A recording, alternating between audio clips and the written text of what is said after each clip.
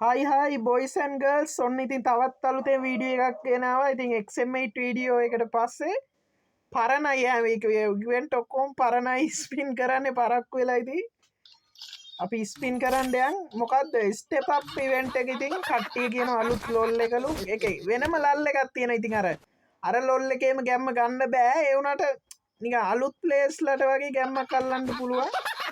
ඉතින් වැඩි කතා බහ ඕනේ ඉතින් අපි කරගමු. අපි ග්‍රෑන්ඩ් ප්‍රයිස් ස්පින් එකම දීලා බලමු. කලියෙන් ආවොත් අඩෝ ආවේ නෑ බං අන්තිමට ආවේවා. අඩෝ අවුලවා.